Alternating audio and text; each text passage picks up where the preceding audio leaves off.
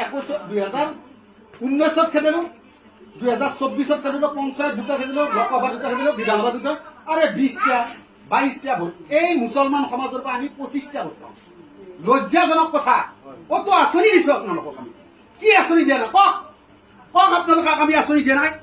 ঘৰ দিছো লেট্ৰিন দিছো আয়ুষ্মান ভাৰত কাৰ্ড দিছো উজলা গ্যাস দিছো সমস্ত দিছো দিয়াৰ পাছত আপোনালোকৰ কি আমাৰ ভোট দিয়ান্তে আপোনালোকৰ ভোট হাতখন কমি যায় নৰু ভোট দিবা মই বিজেপি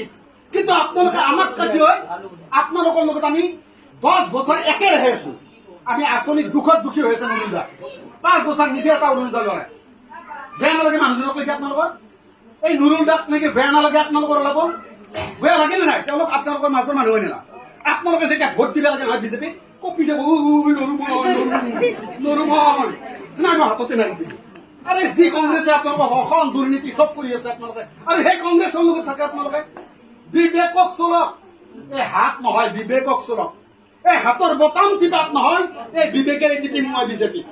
এয়া স্পষ্ট কথা মই 2026 চনকলৈকে এই নিৰ্বাচনত থাকিম মই 2 বছৰ একেৰাহে থাকিম প্ৰতিটো পৰিয়ালৰ লগত জনসম্পৰ্ক থাকিম কিন্তু আপোনালোকৰ প্ৰতিশ্ৰুতিত আজি মই মন্ত্ৰ সভাপতি আমাৰ লগতে আপোনালোকৰ ৰাস্তা কৰিছো আপোনালোকে এনকে যাব লাগে তিৰি যায় যাব লাগে না পুৰুষবিলাকে চাইকেল এনকে গেলে যাব খোজ কাঢ়ি ভাল লাগে না আৰ নসিব কে লাগছি নসিব আপনাৰ নসিব আপনাৰে কি জানে নিজৰ নসিব নিজে লিখি লৈছো আমি কারণ বিজেপি আমি ভোট নেদাও বিজেপি আনি ভাঙি যাব মৌলবী কৈছে ভাঙি যাব মসজিদ গরু খাওয়া বন্ধ করে দিব এই ব্যৱস্থাবিলাক পাৰ কৰি হওক মোদী কৈ আছে আপোনালোকে মসজিদ ভাঙব মোদী কৈ আছে বাংলাদেশৰ পৰা মুছলমান আনাৰ কথা চিন্তা কৰিছে অসম ভাৰতৰ কথা চিন্তা কৰিছে পাকিস্তানৰ পৰা মুছলমান আনি এখন ভাৰতবৰ্ষৰ কথা চিন্তা কৰিছে আৰু আপোনালোকে কৈছে কি আমাক খেদি দিব বাংলাদেশ এইবিলাক চিন্তা পৰিহাৰ কৰক মোদীজী আপোনালোকৰ কথা চিন্তা কৰিছে মহিলাসকলৰ কথা চিন্তা কৰিছে বৰ্ষা পৰিধানৰ কাৰণে আইন বনাইছে 1 তলা 2 তলা 3 তলা ধৰি গ'লে আপোনাৰ মহিলাটো গুচি যাব লাগে পৰিয়ালৰ ভাই মাকৰ ঘৰত থাকিলে কেনেকুৱা দুখ অনুভৱ হয় সেই কথাষাৰ একমাত্ৰ মোদীজীয়ে অনুভৱ কৰিছে কোনো মৌলবী অনুভৱ কৰা নাই আপোনালোকে আই মাতৃ এই আই মাতৃয়ে সিদ্ধান্ত ল'ব পুৰুষক কৈ দিব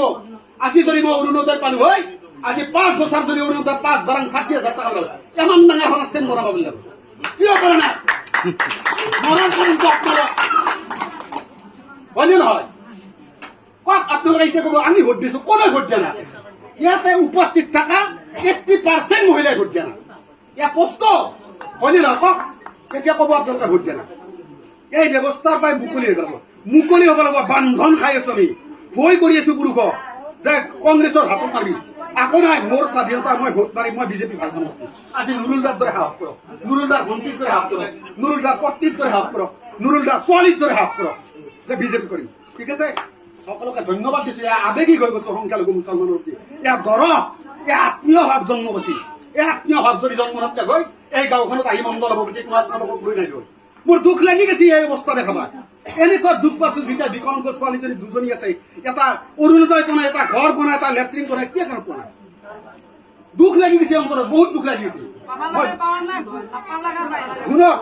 বাবা লগা নহয় বাবা লাগাইও দিয়া নাই পাইও দিয়া নাই নাপেও দিয়া নাই আপোনালোকে পাইও দিয়া নাই আৰু নাপেও ভোট দিয়া নাই আপোনালোকে হৈ গ'লে আমি পাইও ভোট দিয়া নাই নাপেও ভোট দিয়া নাই এই ব্যৱস্থাৰ পৰা আঁতৰি যাওকচোন যে মই পাম চব পাইছো মই ভোট দিয়া নাপাবি ঠিক আছে ধন্যবাদ